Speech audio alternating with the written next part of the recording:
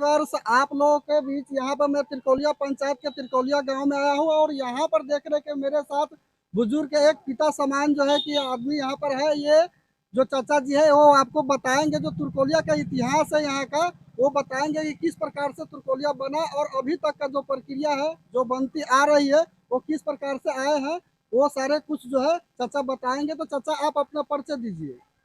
मेरा नाम सिया राम राय हुआ, ग्राम त्रिकौलिया, थाना बथनाहा, जिला सीतामढ़ी, पोस्ट ऑफिस माधोपुर मझौलिया।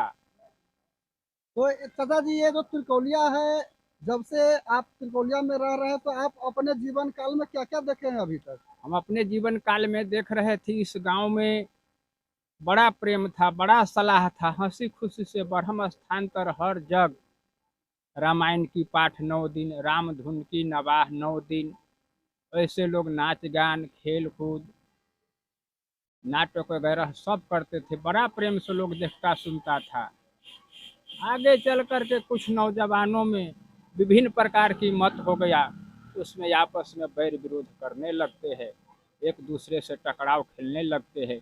ऐसा नहीं होना चाहिए। सबको एक प्रेम साथ मिल कर करके गांव में कोई तरह का रामायण पाठ हो या राम धुन हो, प्रेम से देखना सुनना चाहिए, उसमें मदद सहारा करना चाहिए।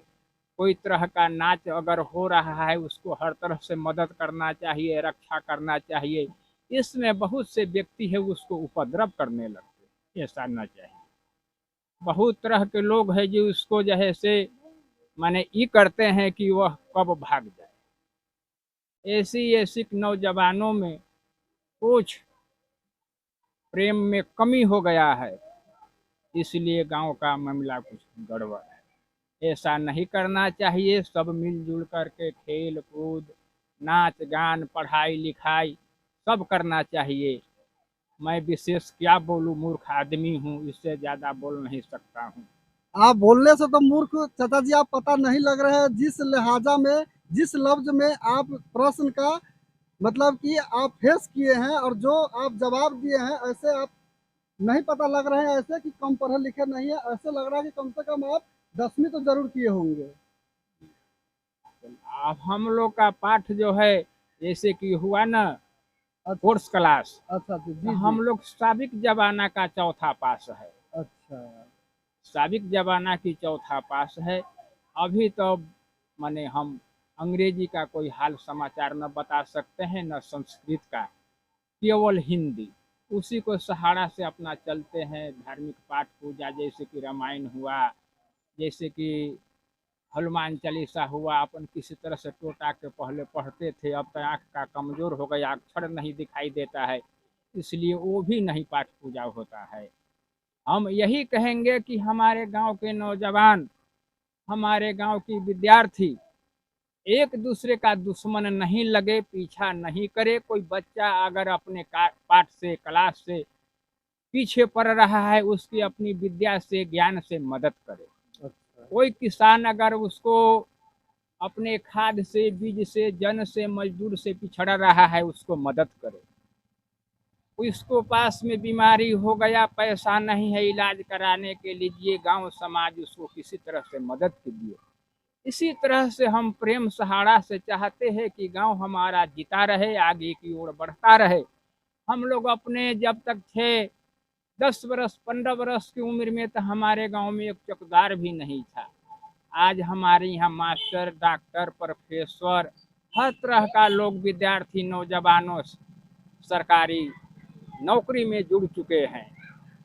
इसलिए गाँवों का प्रणाम है, नौजवानों का प्रणाम है कि अपना काम करते रहे, आगे की ओर बढ़ते रहे और किसी से किसी को बैर न करना चाहिए। बिल्कुल बिल्कुल। बस।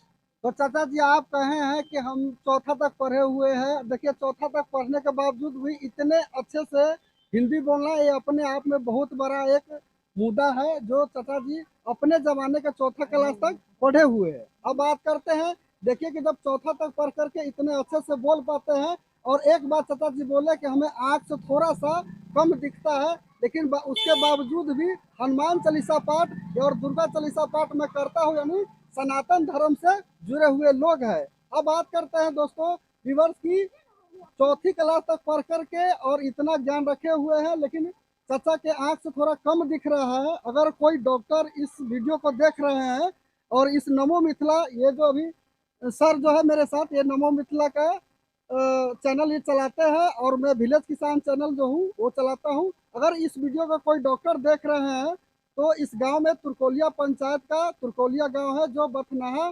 प्रखंड के सीतामढ़ी जिले से ताल्लुक है।